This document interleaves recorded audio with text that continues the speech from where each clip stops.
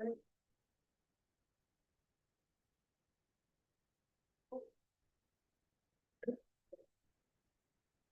welcome. This is the City of Lafayette, California Transportation and Circulation Commission meeting for September 15th, 2025.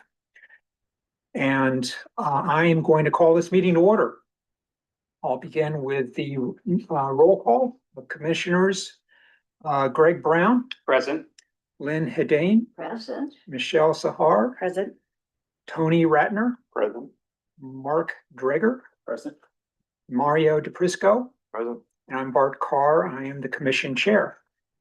And I want to quickly recognize that this is the first time, I think, in years that the commission has been at full strength. Right? I think you're right, yes. No vacancies. So that's Clarified that one. that's Since great. I'm ancient. And I should also mention that we're supported very ably by Patrick Golier, who is a transportation and circulation program manager. Item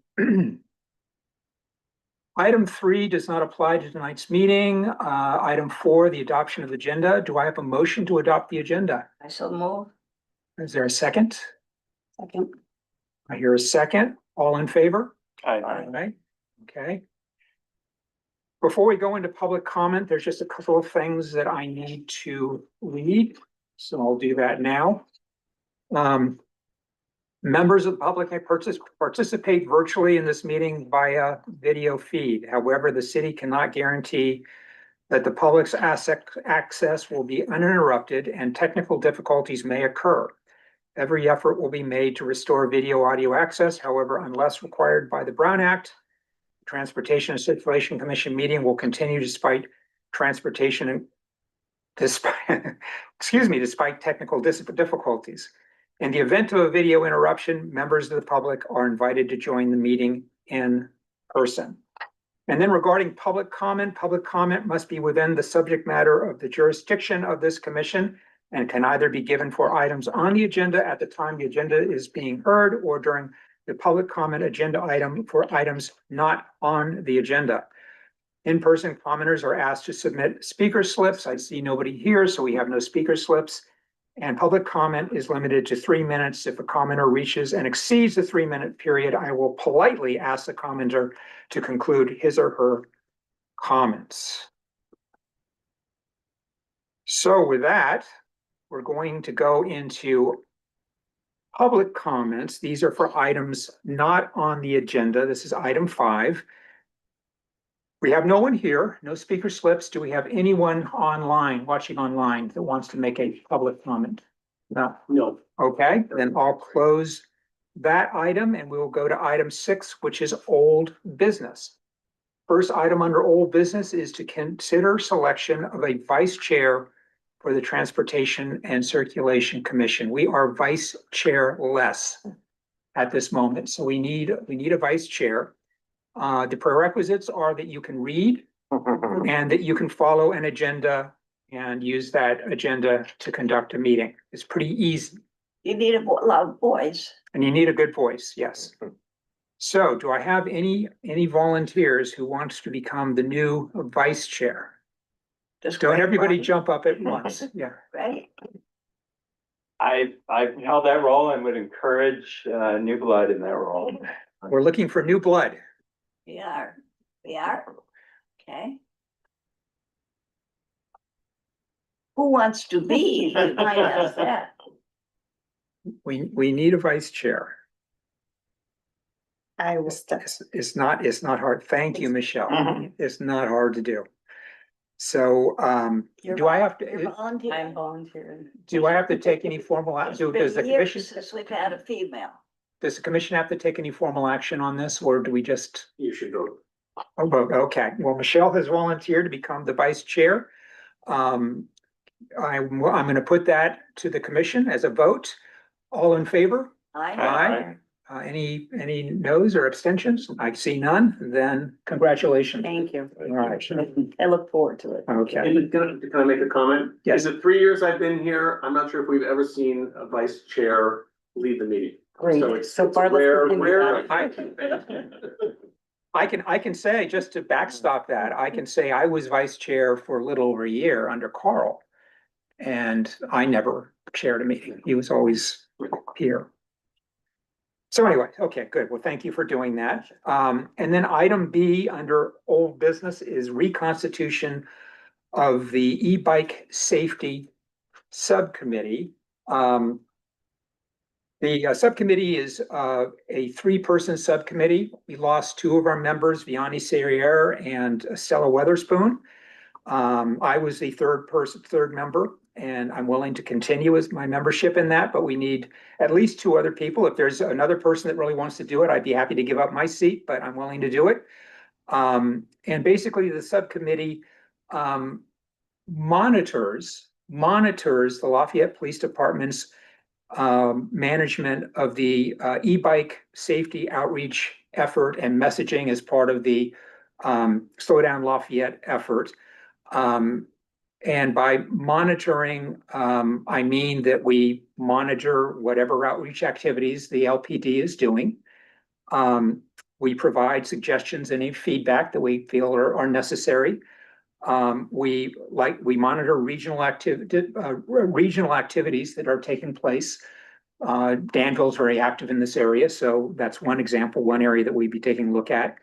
And also monitor state regulation and legislation, any legislation that might take place. But the most important thing that we do is to represent resident concerns and questions as it relates to e-bike use here in Lafayette. I feel that's probably the most important thing we do, and relay anything that we might hear to city staff and to the Lafayette Police Department.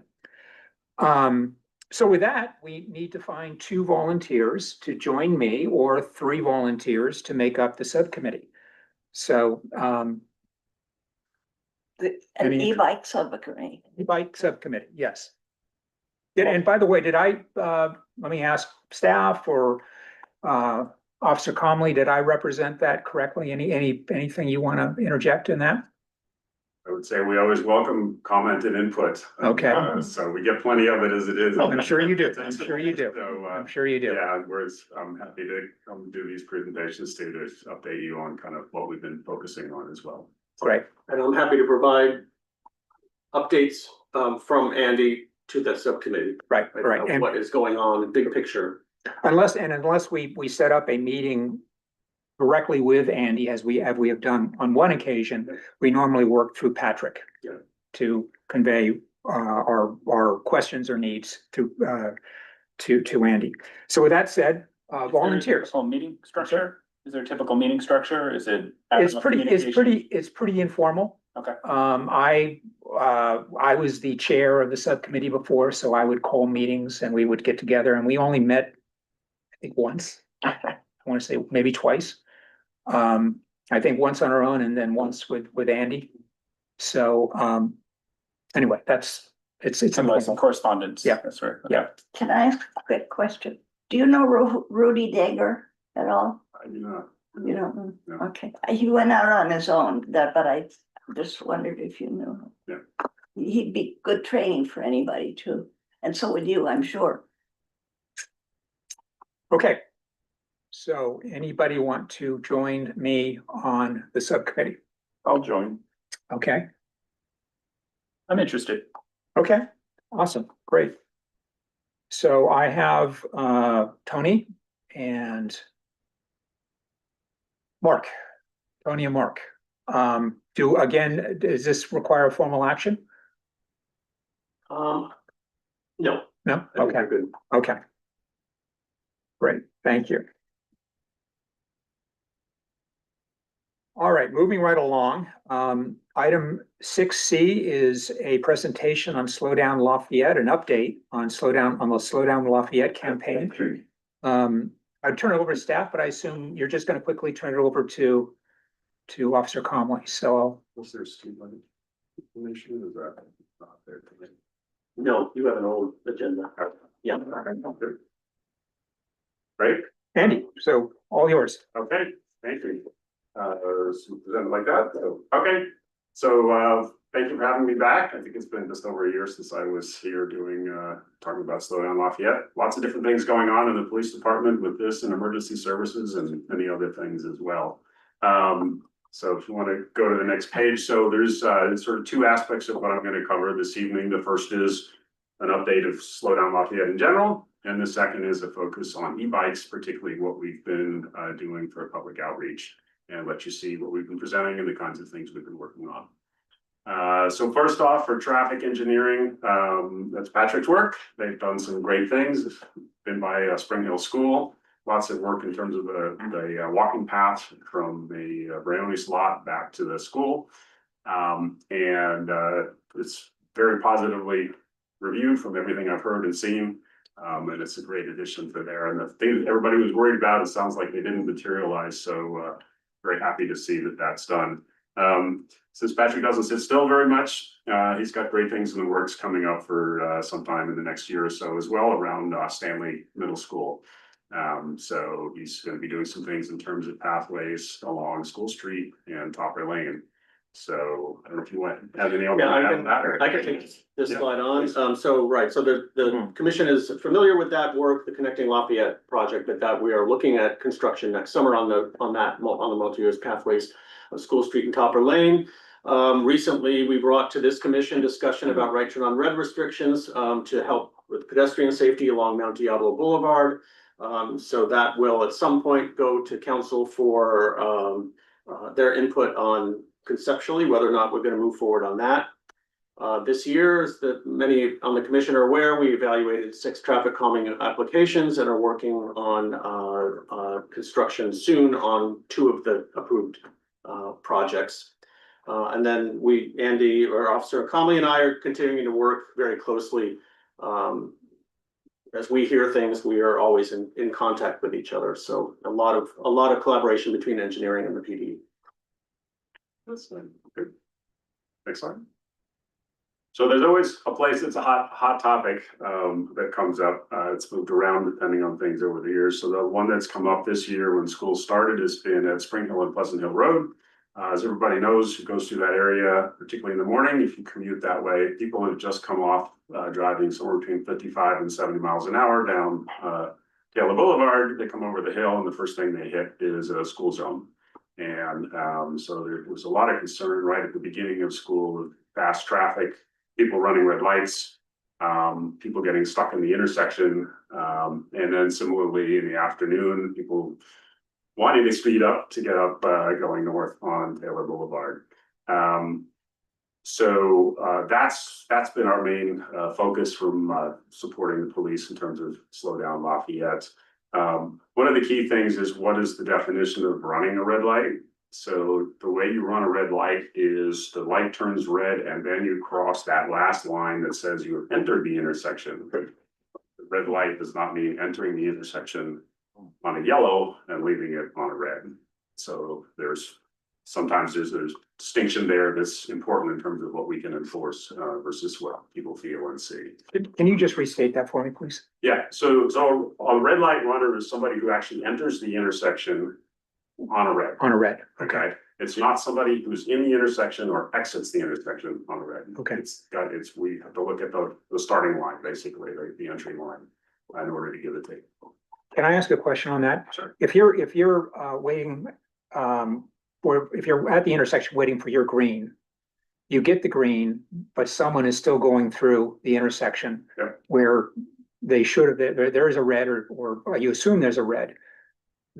They're running if we've got the green, they must have red and they're running the red. Is that correct? Or is there a delay? Timing? Is there a delay I don't or? know about that. Yeah, so here you would have an all red phase where no one has a green. So at higher speed, multi-lane intersections, it's common to have an all red phase. So it's not as if when one approach turns red, the next one at the same time is turning green. That may happen on a small residential street, but here there's an all red phase. So does that make sense? Yeah, that makes sense. So, and I've seen this happen a number of times at Moraga Road and Mount Diablo Boulevard, Mhm. where I've got the green, but someone's still coming through. Right. If what you're saying is true, and I assume that intersection has a delay, that person is actually running a red. Is that correct? Yeah, it was, we have to watch exactly the light change as they enter Yeah. the intersection on that. And I don't know what the delay time is there. If people are moving slowly, it could be that they are still in the intersection. If they're moving fast, then again, it depends on what the light timing is. Okay, And we've got some ways, even if we're not facing those lights on a few intersections where we can tell whether that light has changed or not. as well. okay. Well, thank you for the clarification. So that's the intersection. A lot of energy right at the beginning of school. A couple things happened right away. First of all, particularly the first few days or week or so of school, we always put officers out every schools, and we do that pretty much every day if they're available, continuing throughout the year. So we stationed officers out there, and they witnessed some of these examples. They are actively giving tickets, including one red light violation this morning.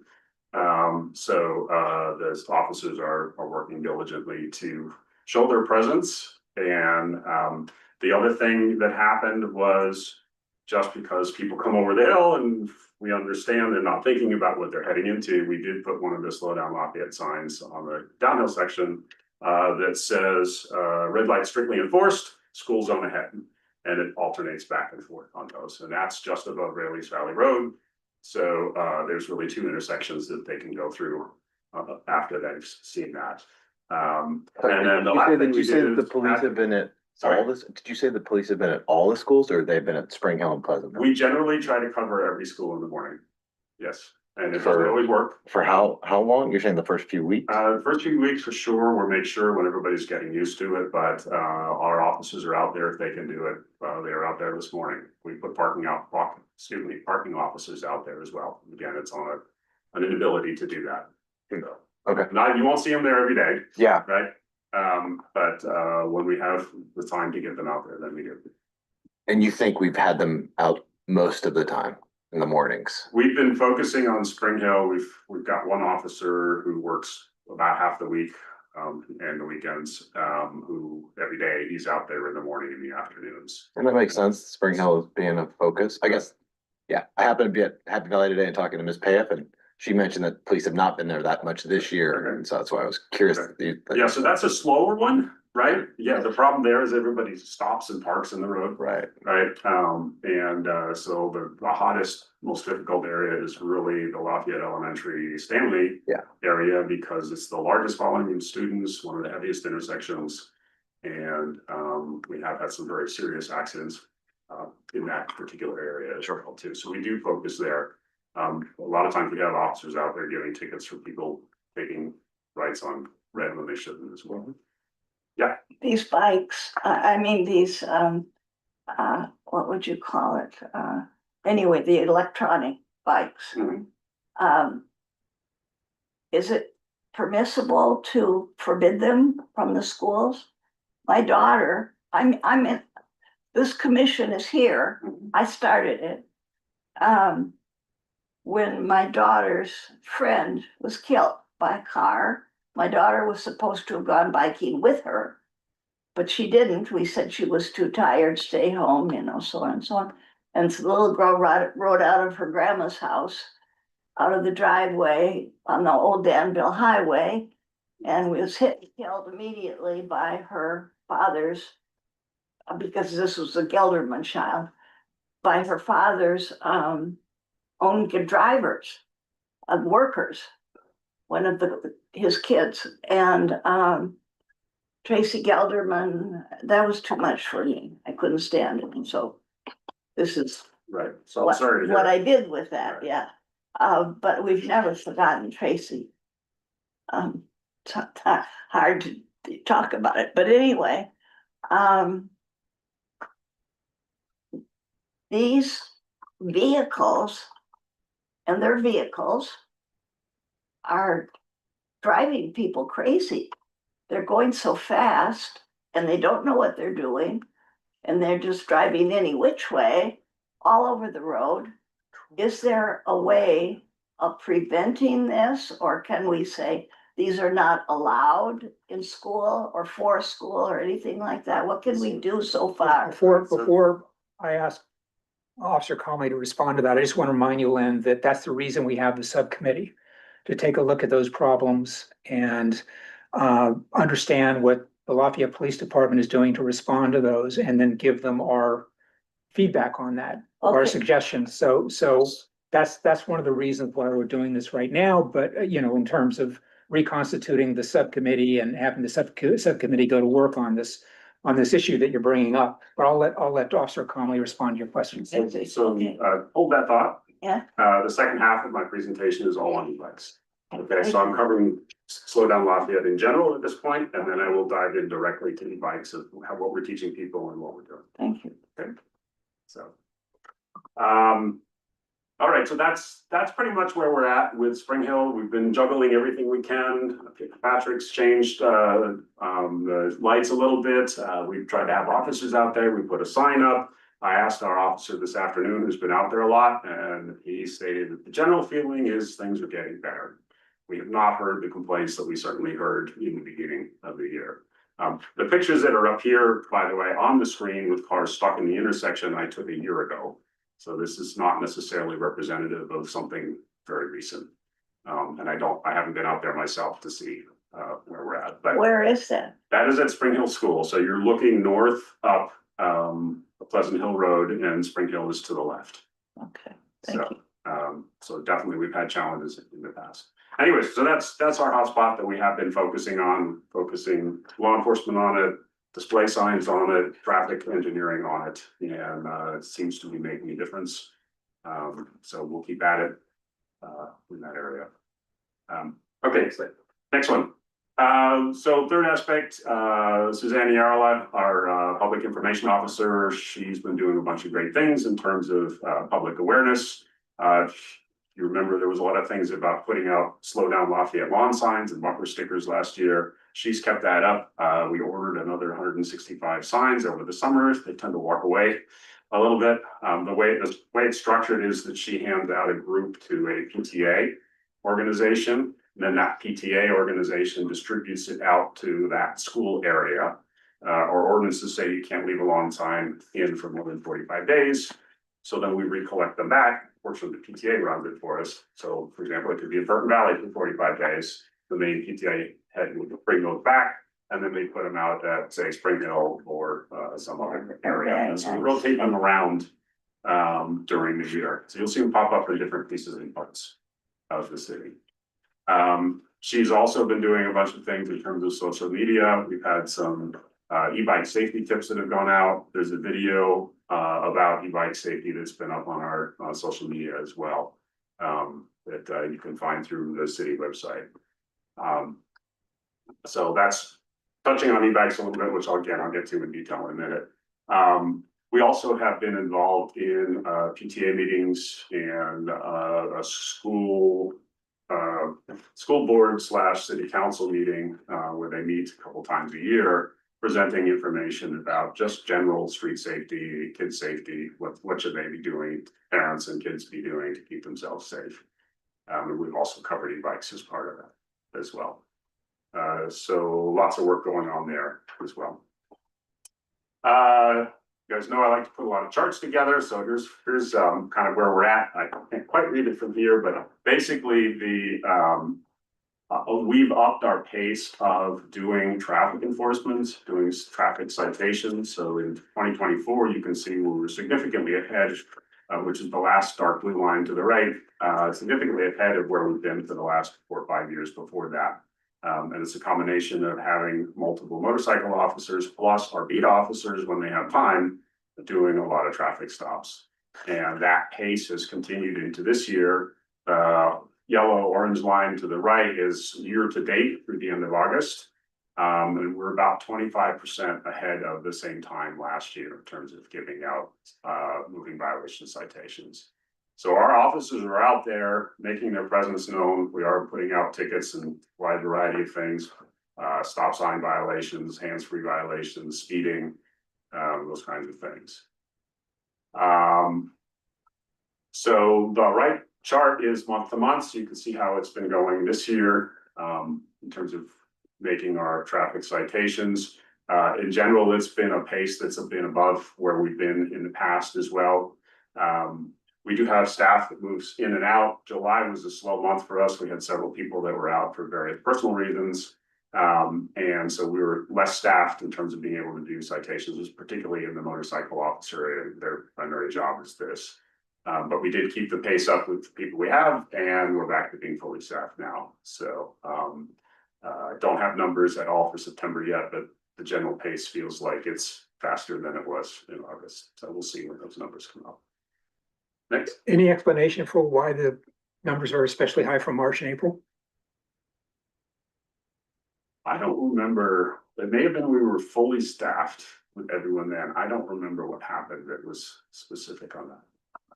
I can try to find out what. It's not important. I was just curious if you knew. I was curious. I would like to know too. Okay. Yeah.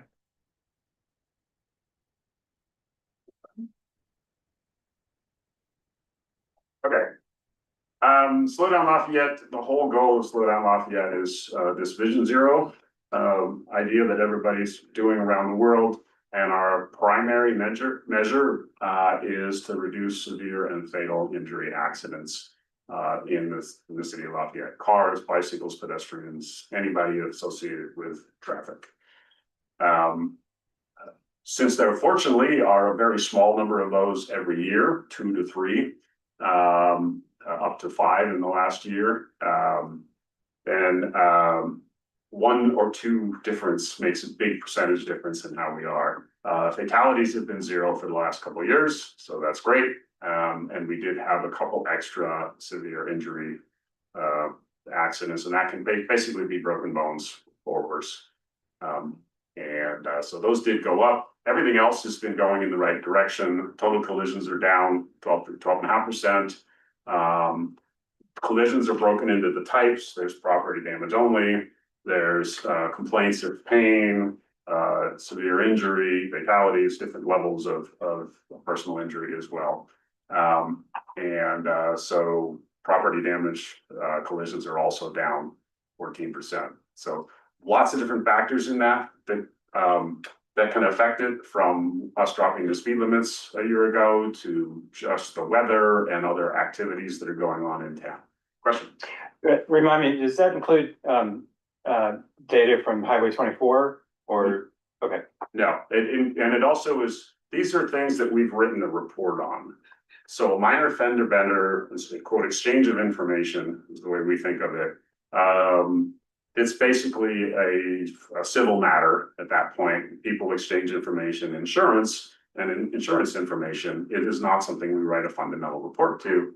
We may be asked to report to the scene, so we'll have a log of the fact that we showed up, but we're not actually formally writing a report and having to send that in. It's really only if there's significant damage somewhere or if there's any kind of injury. Do you track pedestrian and bicyclist injury? Separate from these numbers yeah. here, Yes, we do. That's part of the data that's in there too.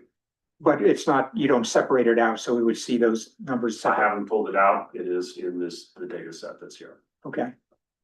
In the future, it would be nice if we could get that separately.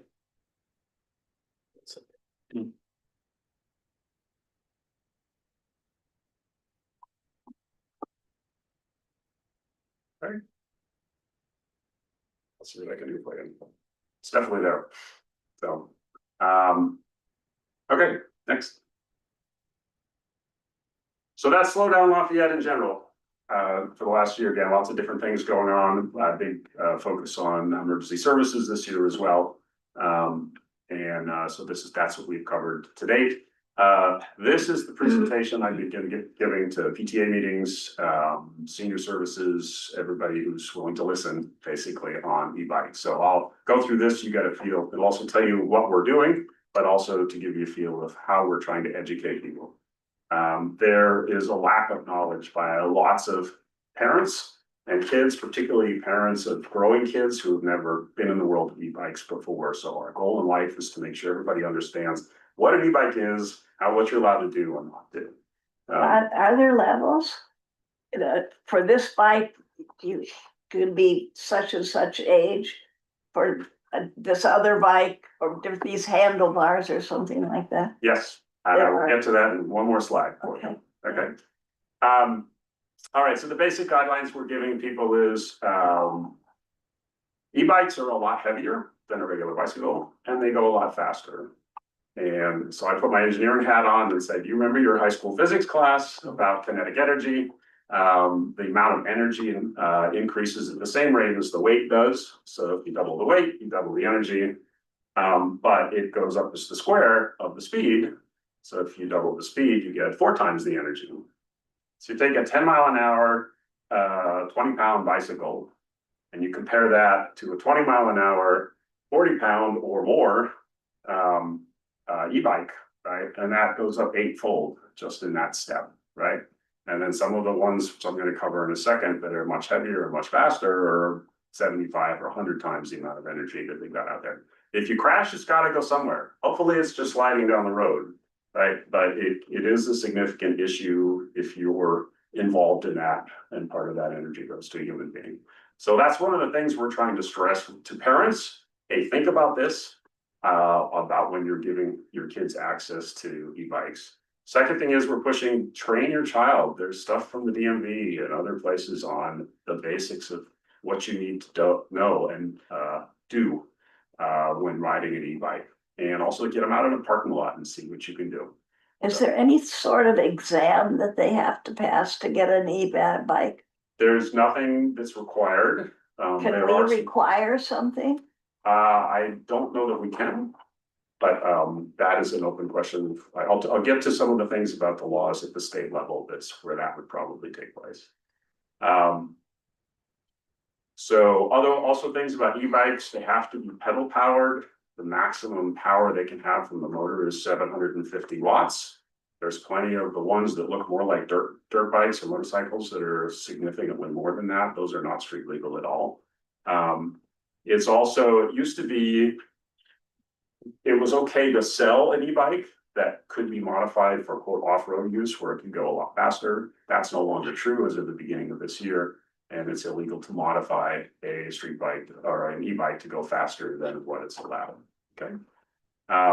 The other thing is anyone under 18 needs to wear a appropriately approved and properly fastened helmet. So when you see the kids going down the street and they're being cool because it's not fastened, then that's somebody that we can pull over and have a conversation with. So thanks. All right, you were asking about different levels. So there's 3 different levels of e-bikes that are classified. Class 1 is a e-bike that can go up to 20 miles an hour. You have to pedal it. The more you pedal, the more energy the motor puts in. If you slow down on the pedaling, the motor backs off. So it just follows your own pedal force in terms of how it determines how fast it goes. Okay, anybody can ride those. Class 2 is very similar, but it also has a little throttle on the handle. So you don't have to be pedaling to make it go faster or slower. You can do everything by the motor. Interesting. Okay. And so again, for both of those, under power from the bike, they're not allowed to go more than 20 miles an hour. Somebody can pedal it faster, somebody can go downhill, they can go more than 20 miles an hour, but the power itself is not allowed to drive the bike more than 20. And then the highest level is class 3, still the same size motor. Those are allowed to go up to 28 miles an hour, but you have to be at least 16 years old to ride them. Okay. And they also have restrictions on where they can be ridden. It's more towards a street or bicycle lane only, as opposed to bicycle and pedestrian lane areas. But it is still classified as a bicycle. Okay. All right, electric dirt bikes. These are the big thing for us. You see those bikes out there, they've got pegs, they don't have pedals. They're flying down the road, they'll go 30, 40, 50 miles an hour down Mount Diablo. Not too many of them out there, but they're really easy to order online. They don't get sold through the local bike shops. They're something you order and they ship them to you and deliver them to your door. A lot of parents say, don't know the laws, they buy them for their kids and the kids get out there. These are not street legal. They are dirt electric motorcycles. Dirt bikes aren't allowed on the street. They are not registered.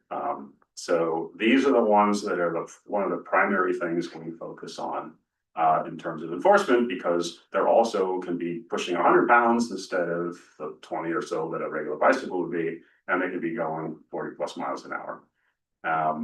And so we will push this hard. We try an educational approach, and again, I'll talk about that more in a minute. But we do impound, these bikes as well too, if the need arises on those. Okay, next. So what are we doing in terms of enforcement? We're taking an educational approach is the primary thing we're doing. We're also involved with cities, several cities. People mentioned Danville, the Not My Kid campaign that they've got. So Danville, Walnut Creek, and us have worked together on legislation, which again, I'll get to that in a minute. Danville has hosted the first of many, basically, multi-city organizational meetings at the end of last week on e-bikes specifically, to come up with a kind of a common approach, common structure. Fortunately, Lafayette is in much better shape than Walnut Creek and Danville. My eyeball experience, Walnut Creek has it pretty much overrun with a lot of people there. Danville, I know, they've had a couple serious accidents too, so they're really cracking down now. But they're a bigger city as well, so there's more bikes that are there. So we're working together on that.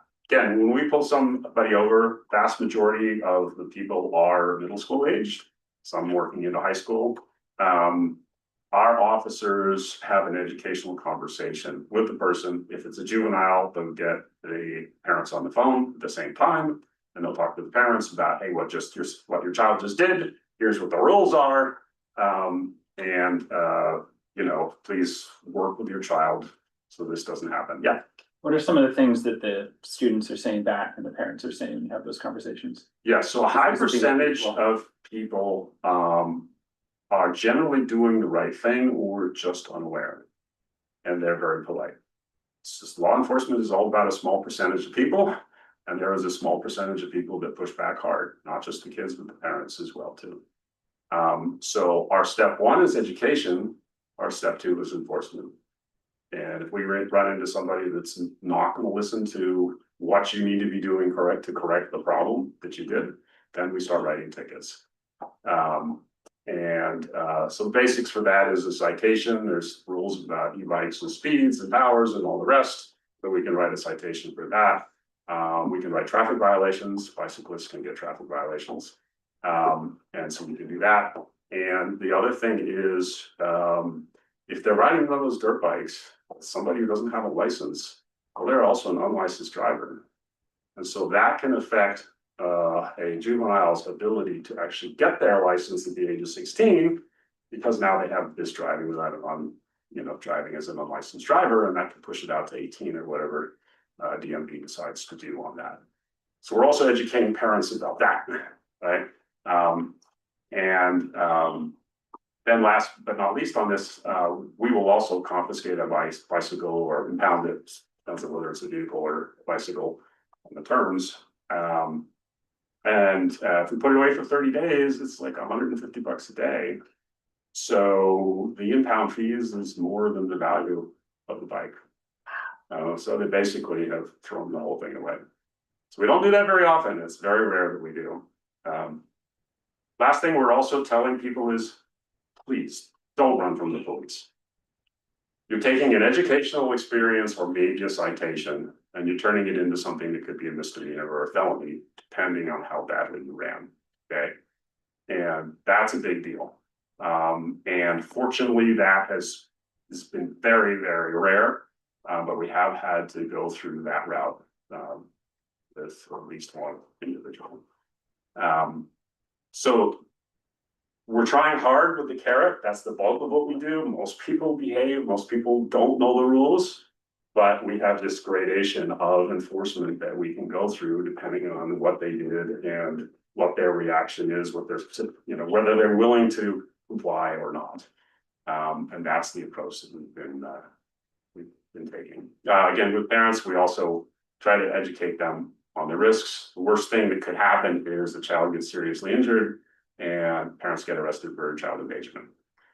And so we do say that to the parents so they understand there's severe consequences that we don't want to get to, nobody wants to get to.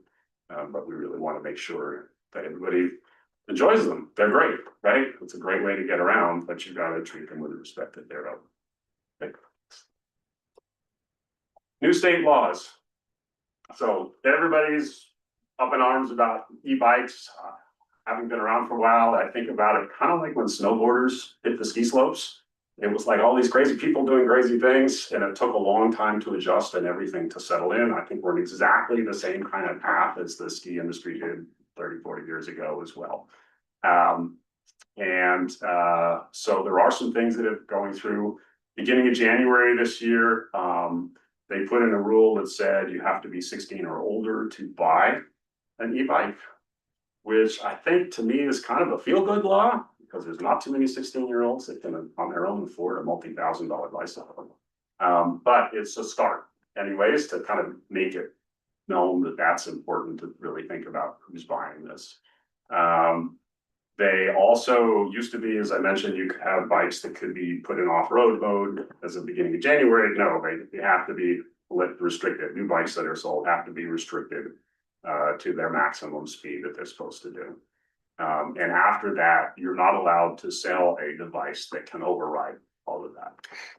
So there's still bikes out there. There's a used market, that kind of things, the ones from before, but the flow of those coming into the world has been stopped.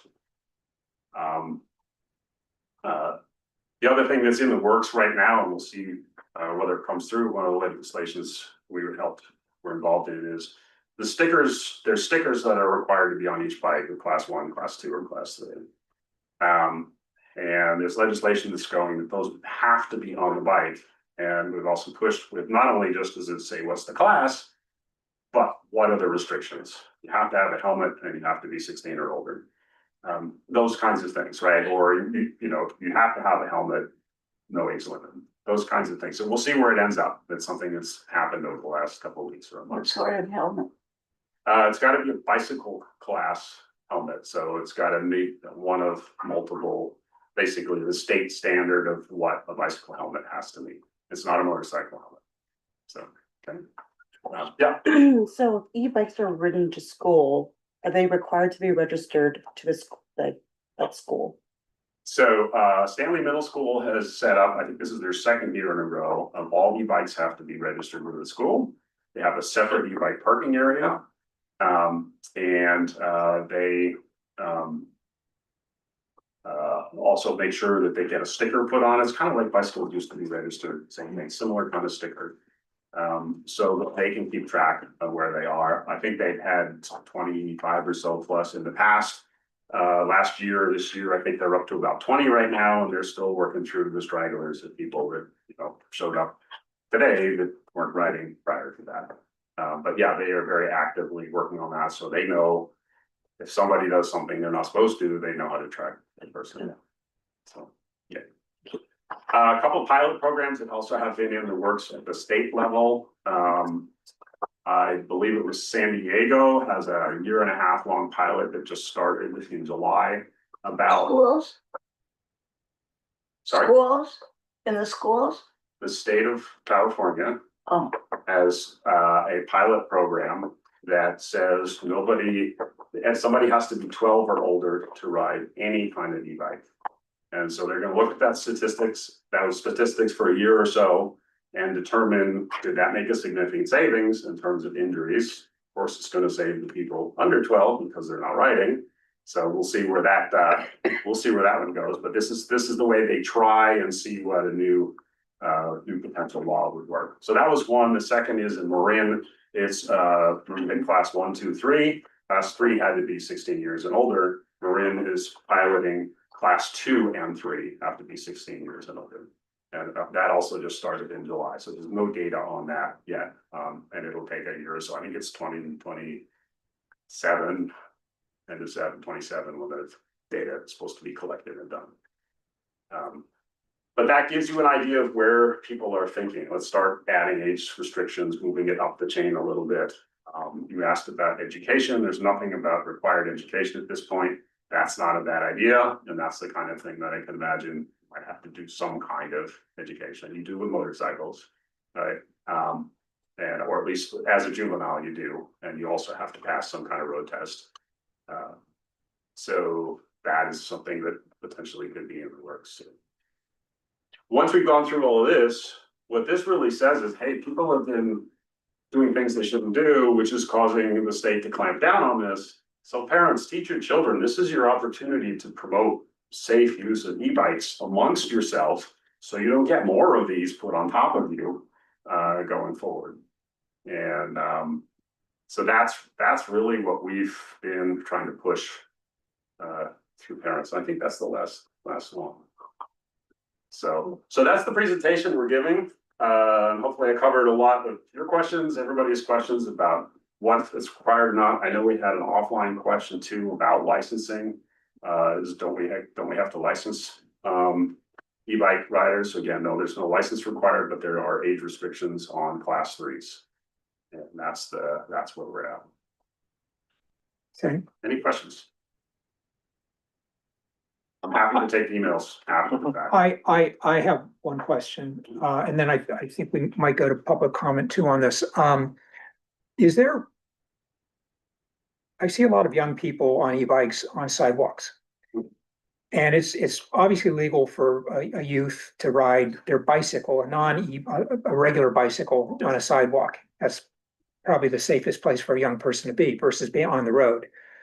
But when it's an e-bike, I've seen they've been riding fairly quickly. So is part of your instruction to suggest that if you're a youth on an e-bike and you're around pedestrians, you need to slow down? Yeah, so the state law is their bicycles.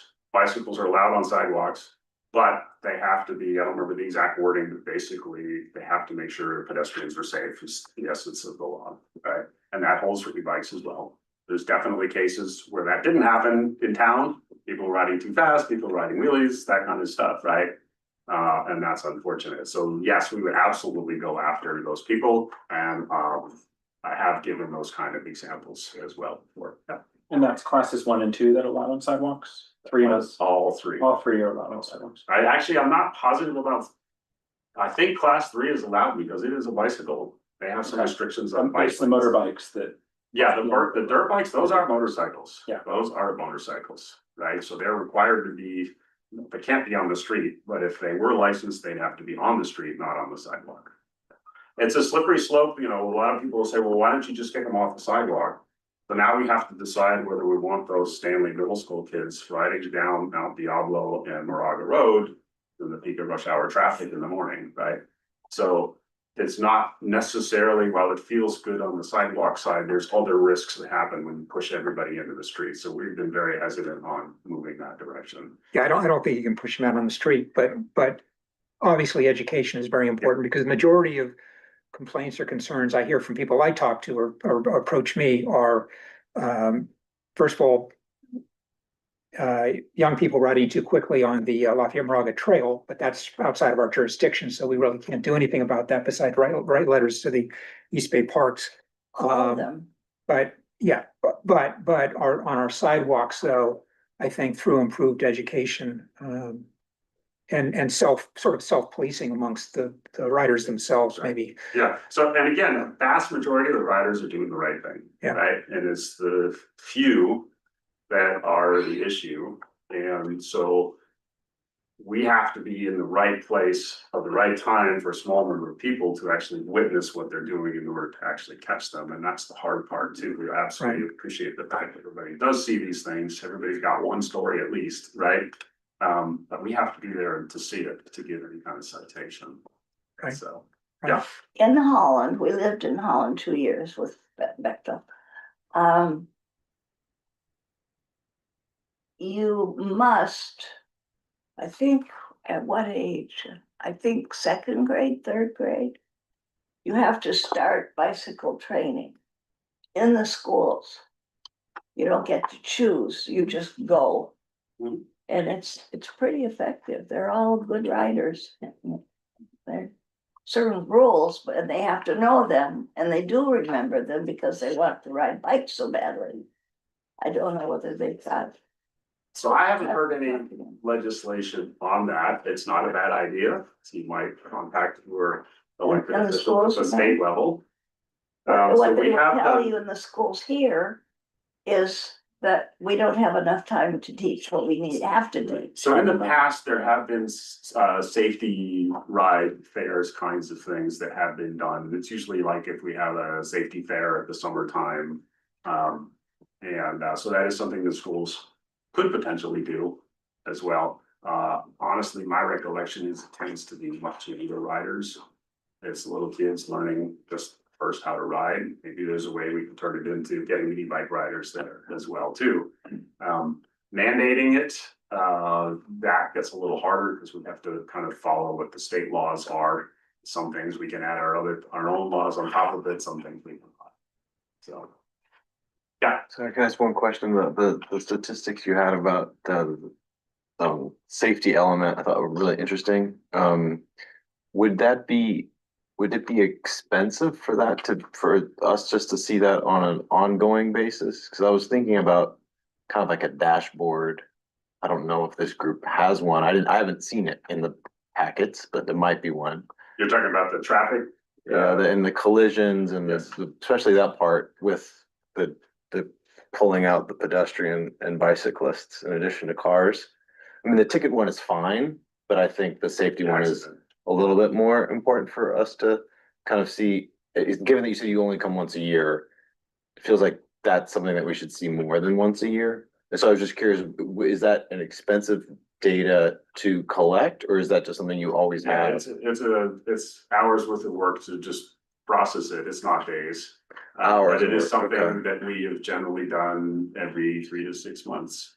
Okay, Something like that. It's just the granularity of it is pretty low in terms of how many accidents we have. Right, right. So it doesn't make sense to do it, every. So if you're doing it at that rate, say quarterly or biannually, then we could take advantage of Yes, that. I'd be happy to share with you. Okay. Yeah. Okay, let's go to public comment. Is there any questions or I think we Comments? don't know enough. There's no one with their hand raised, no. nobody was with a hand raised? Okay, well then we'll close public comment on this item. We'll bring it back to the commission. Any other comments, questions for Officer Comley before we let him go? None? Okay, well, thank you very much. Thank Andy, you. appreciate it. I'm sure I'll do that. Okay. But I have to say something. Kids in caskets are not really very attractive. It's really a nightmare to keep in your head a child that you love in a casket, open casket, There's gotta be a way of transferring that picture somehow to the minds of our adults. We just have to. Right, we tried not to be that graphic. We kind I of give think us, it's mandatory. I don't know see how they're gonna understand otherwise. yeah, so, but we do be as clear as I just was here, that you've got, 10 times the energy in an accident. And that you can get severely hurt and you could be liable for your child's severe injury as well. Right. Yeah. So, yeah, I would say that one is, I understand the concern. I would say that one, we try not to scare people away as well too. So there's a lot of people that are in a world that sees this stuff a lot or have experienced it themselves, and there's a lot of people that have not. And so we have to kind of balance what the right level of pushing is before we've gone too far and we push them away. So, Thank you. all right, thank you very much, Thank you. everyone. So, have a good evening. Okay, I'm gonna move to item 7, new business. And item 7A is review of MTC's complete streets checklist for the Lafayette Aqueduct Pathway project. That was a long staff report, by the way. Long staff report. Sorry about that. Yeah. So, in June, and so just to be clear, what MTC requires is a review by cities or jurisdictions, Bicycle Pedestrian Advisory Committee or equivalent, not approval of, but review and comment on. And so that's what I'd be providing back to MTC with my checklist. So in June, I submitted an application for a grant that would provide funding to construct a segment of the proposed Lafayette Aqueduct Pathway project from Dolores Drive, where the pathway currently ends or begins, and perspective to the Lafayette Park Station. And so this grant is through the State Transportation Improvement Program, or STIP for short. And this is California's multi-year funding program that directs state transportation dollars to priority capital improvement projects identified by regional agencies and Caltrans. So some on this commission will recall that earlier this year, I received a grant to provide design assistance to take the existing conceptual designs for the aqueduct pathway to a full 100% ES&E designs. And that would be for the downtown segment from Dolores to Brown. I submitted a complete streets checklist for that grant as well. So the great news is that we are being recommended by CCTA for a total of $3,737,000 in STIP grant funding for project construction. CCTA is the agency responsible for recommending to MTC the prioritized grant applications from Contra Costa County. So however, as part of MTC's complete streets policy, grant applicants, myself, are required to submit a complete streets checklist for all projects in the public right of way with a total project cost that exceeds $250,000. And this policy was established by MTC to ensure that people walking, biking, rolling, and taking transit are safely accommodated within the transportation network. I explained that the checklist must be reviewed by a jurisdiction's Bicycle and Pedestrian Advisory Committee. And so I'm asking for your review. One thing that has changed with MTC is that they've now made the checklist a Google Docs form that's submitted digitally, and I did not receive a PDF copy back despite multiple requests. So my staff report was long because it attempted to take the high level summary of the checklist and put it into my wordy way of communicating. I gather. You did beautifully, you really did. Okay, so ultimately, the proposed aqueduct pathway will be a fully separated Class 1 bicycle and pedestrian facility along East Bay Mud's right of way, similar to the Lafayette Moraga Trail. It would be fully accessible for all and would meet ADA compliance. What makes this project different from many of the others in the STIP program and other grant programs is that it would be located completely off of the roadway network, ensuring that we can achieve design standards that provide safety and comfort for users without any compromises. So we wouldn't be seeking any compromises between the project's design and the resulting trade-off to the roadway network. The responses that I gave in a staff report are pretty much verbatim to the checklist that's reviewed by this commission last winter for the design grant. Next slide. But before getting into the complete streets checklist, I thought I would give a high-level overview of the project because many people may not be familiar with it. So I'm taking advantage of your attention tonight to talk about this project. No, up. Yeah, okay. So this is a map that shows kind of the downtown area and the alignment of the aqueduct pathway. Apologies that I don't have a mouse that I can use, so I will use my finger. Is along the East Bay Mud right away. At Brown Avenue here, it crosses underneath Highway 24 and runs along Deer Hill Road. Along Highway 24, crosses Pleasant Hill Road, and then you may be familiar with the right of way as it crosses Atlantis High School. The portion over here that's in dark red, that's already been constructed. And the portion of, Slow down a little bit. yes, Don't, okay. just slow down a little bit. So this portion has been completed. This is Dolores Drive right here, and it was completed to Risa Road. The grant application that I submitted is for this segment here that's boxed out, and that's from Dolores to the BART station. The red line here is the town center pathway, which exists, and of course, this year we will have construction on that town center bike pathway enhancements and the bike station project at the BART station. When is that happening, by the way? That's this year, isn't it? That will be this year. Yeah. Just one question, Yeah. if you you said that this cost is 3 million, is that right now? 3.7 million. 3.7. Given that rest of the run until Brown Avenue, do you think that the cost to do this section basically, would it be twice as much? I mean, basically, is it by per mile? Is that a fair metric, or is this first section more expensive or less expensive than if we did complete the rest of it? A lot of it depends on the topography. Right. The topography is actually more challenging around Oak Hill Road. Okay, We're also proposing bridge crossings over Happy Valley, Oak Hill and First Street, and that's very expensive as well. okay, Oak Hill being a longer bridge. So that would add to the cost as well. okay. We'll know more information because we are starting design between Dolores and Brown.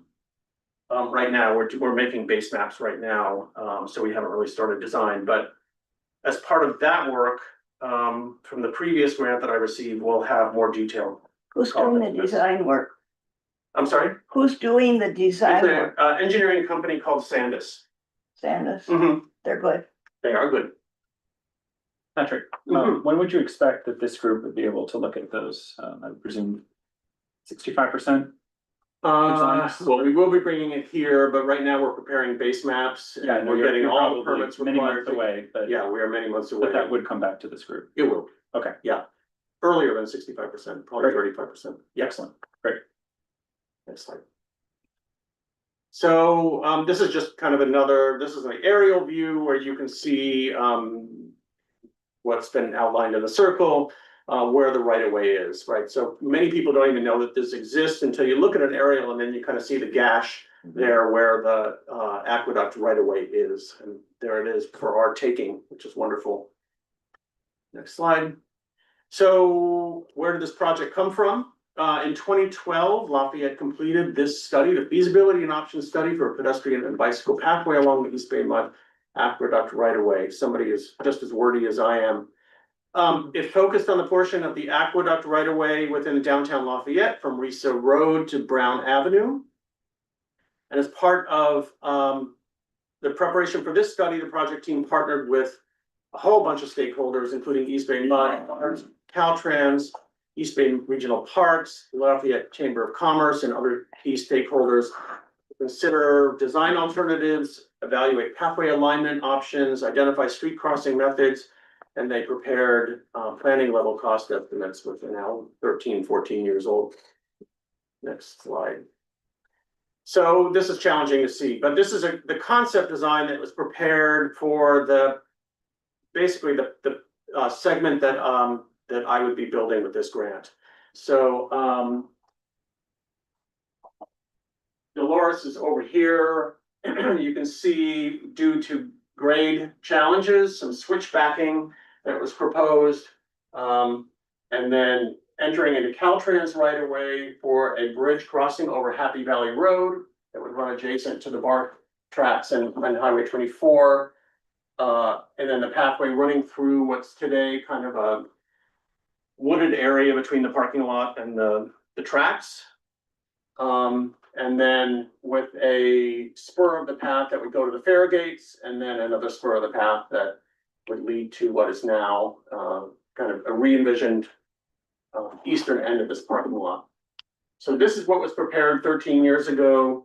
This will be used as kind of a base for what we're moving towards today, but we are going to be working with BART and kind of reimagining it, but that's the basic premise. Yeah. Go ahead, yeah, you got me. We have Lettuce and Company, LETTIS, in Walnut Creek. They're probably the most respected soils company now in the United States. So says she. So much for that. But we should take advantage of that, I think, and call them regularly and find out what kind of soils we could safely expect are gonna hang around for a while, and which ones are sort of iffy, and sort of dodge the ones that are iffy and create something. Excuse me. It would be so easy to make use of Lettuce and Company now. And they also provided for us at the time when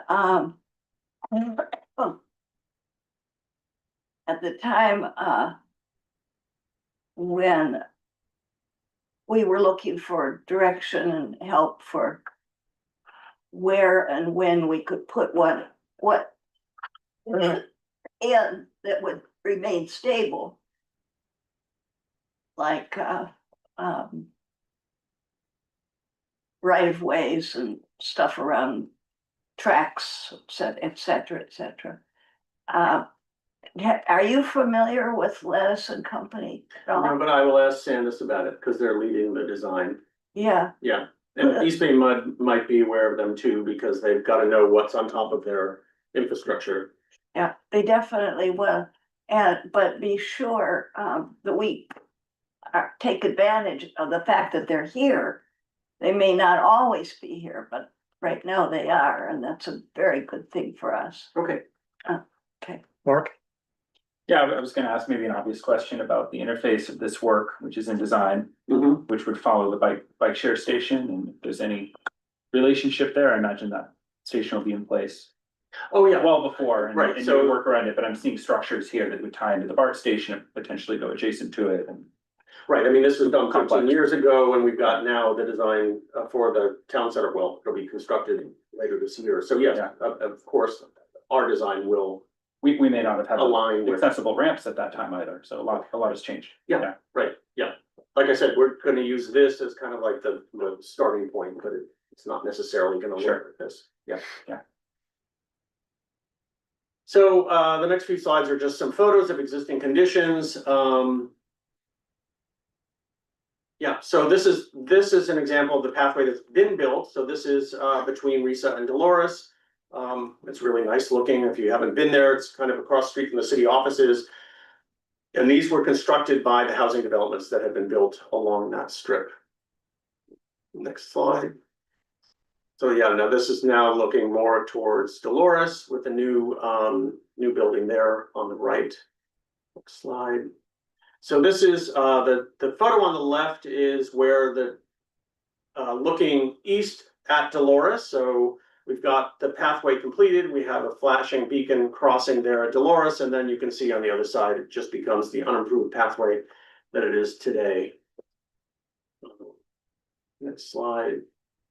And this is what the pathway looks like today between Dolores and BART, and then you can see the photo on the right is looking down at the BART station. So you can see that there's some grade issues, right? You wouldn't necessarily know it because, of course, you know, Highway 24 is relatively flat and Mount Diablo Boulevard is relatively flat, but the right of way is actually pretty extreme on the aqueduct right of way. Next slide. Yeah, just a few more photos right there at Happy Valley Road, looking east and west. Next slide. And then this is the area at the end of the BART parking lot where the town center pathway will be built. And so this definitely will align with that project and connect directly. So this is a sketch that I pulled from the 2012 study that just shows the minimum standards for a class 1 pathway. And so this is kind of the minimum of what we would be providing on the pathway. So I just will keep this up as I briefly review the checklist questions and my responses. But my question to this group is, because my staff report was detailed, I can go through each kind of major question at a high level. Or if anyone on the commission has specific questions, we can jump to that. I'd opt for the just focusing on those areas where commissioners have questions. Yeah, okay. Assuming that everybody's read this and they're familiar with the text of the reports, and just focus on areas where commissioners may have questions. Yeah. It is almost verbatim to the checklist that was provided last 6 months ago-ish for the design grant. Again, what MTC is looking for really are what exceptions to kind of the standards for bike ped comfort and safety will you be looking for? Are there any exceptions? And the answer is no, because we have a class 1 pathway on its own right of way off the roadway network. And so I do have confidence that the checklist won't even bat an eye by NPC staff. But anyway, happy to take any questions rather than go question by question. I have a question. I was curious, I saw that Lafayette has been designated a pedestrian priority area. And it's in need of what was called low stress facilities. Is that true for all cities in the county that or city centers in the county? With higher density? CTA bike ped or bicycle master plan, the countywide bicycle master plan. Did you pull that from my report? I pulled it from your report. I don't know if it I'm came. pretty sure that came from so many designations. I'm pretty sure that came from CCTA's bicycle master plan, that they identified pedestrian priority areas where jurisdictions should focus their efforts on enhancing, providing low stress facilities. Generally, yes, Do you remember, is there any reason why Lafayette was called out in that way, or do they do that for each city? I don't remember the exact definition, but yes, but we've got a downtown area, we've got a BART station, all within the same general vicinity. It doesn't necessarily bother me. I was just curious when I saw Yeah. that. So, okay. That's the only question I had. Anybody else have any questions? Okay. I think we don't know enough to ask questions. No, I think there's a very detailed report. We've been through this once before, earlier this year. We reviewed the report. It was a lengthy report, but very well presented. And the presentation this evening has been good. So with that, is there anything else you need from us to close this item? Or are we good? Well, then I'm gonna close this item and we're gonna move on. Thank you.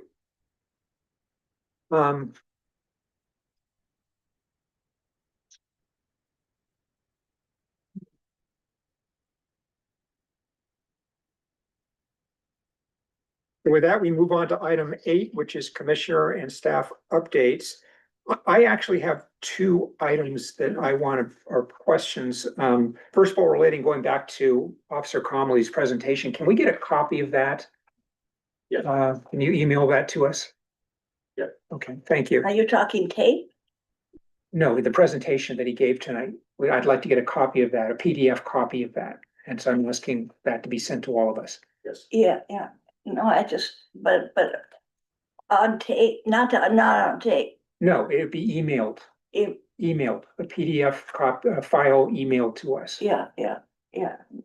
If you have Thank you. questions about that, we can help you out with that, but yeah, it would be emailed to us. Okay.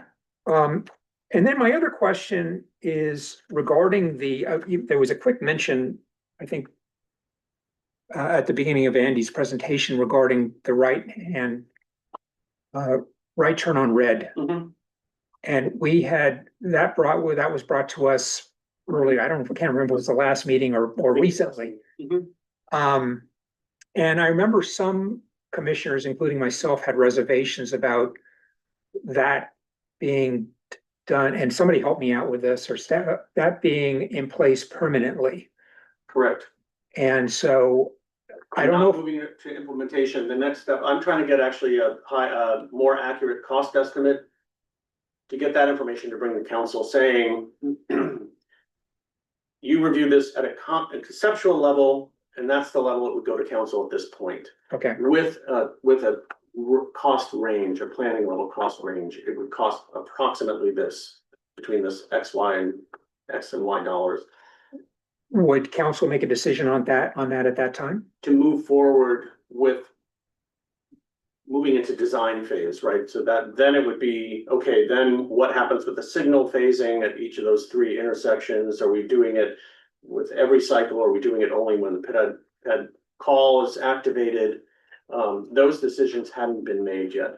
Okay, because we didn't, I mean, that item wasn't presented to us at that time for decision. It was just informational, was my recollection. No, it was to move, should it go to council for their input?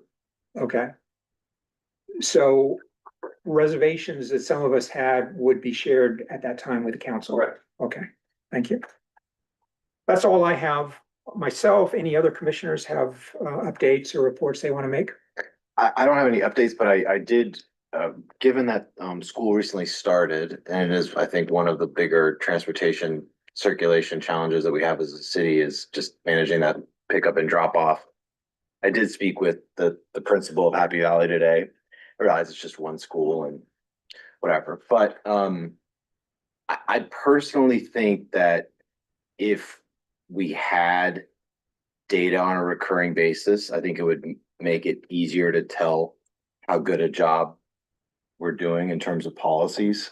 So I looked up, there was a few handful of metrics that larger cities use to gauge the effectiveness of circulation and transportation. Different metrics, some are more on peak times, some are more on average speed, some are more on ridership on BART, or those kind of things.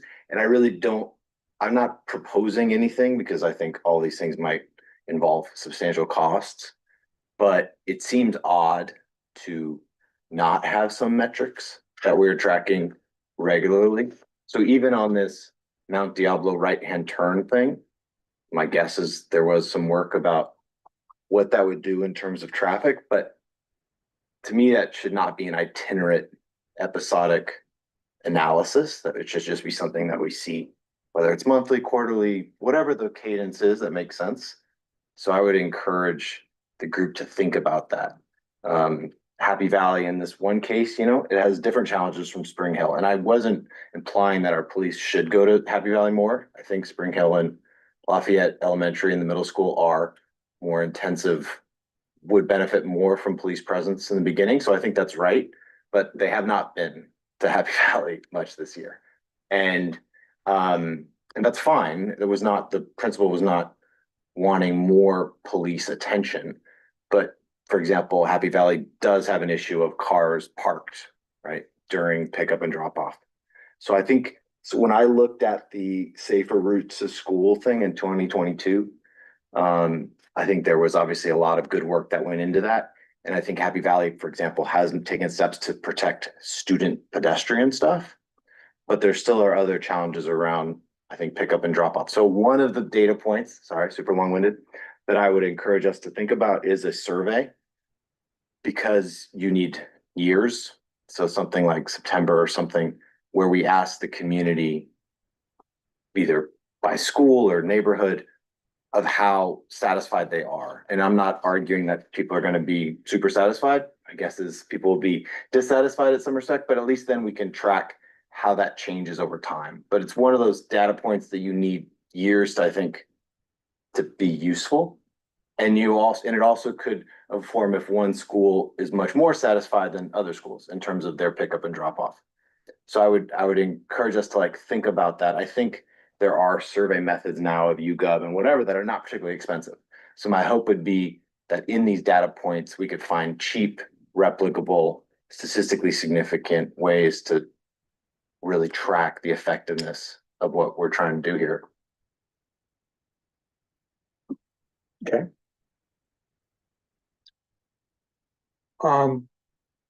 With that, any other No, staff or commissioner reports or comments? no, but I think those are good ideas. Okay, well, we'll keep those in mind. How about staff? Yes, Wednesday, October 1st, we are holding a public open house in Lafayette Elementary School multi-use room on the School Street Topper Lane project. So we have 65% civil designs as well as landscape plans that we will be presenting and discussing with people who show up. What's the, give me that. October 1st. At 5:30 PM at Lafayette Elementary School. So it's 2 weeks from Wednesday. Lafayette Elementary School.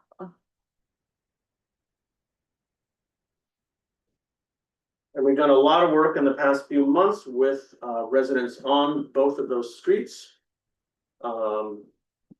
Just to give them as much information, get some feedback from them, particularly on the landscape. So I think we're in an okay spot. And what are you calling the project? What are you calling that project? I call it Connecting Lafayette, but I usually end up saying School Street and Hopper Lane Project. People know what I'm talking about. School Street and Topper? Yes.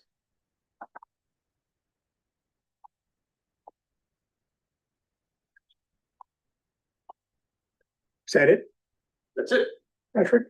Okay, thank you. Well, with that, if there's no other comments or input of any kind, I'm going to go ahead and close this meeting, adjourn the meeting. It is 8:20. Thank you very much, everyone. And I just want to quickly again welcome Tony and Mark and Mario to the commission. Thanks for joining us, and we'll see you at the next meeting. October, tell me again, October what? First. Oh,